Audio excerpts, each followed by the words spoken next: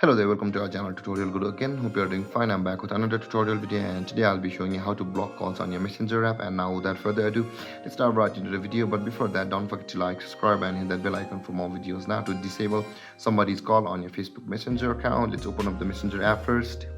After opening your messenger app, the interface will be similar to this one, where as you can see all of your chat box over here. Now to disable somebody's call, tap and hold the person's chat box whom you want to disable on the Facebook Messenger, and after that you can see all these options pop out, where there is the restrict option available at the bottom side of your screen just above the block.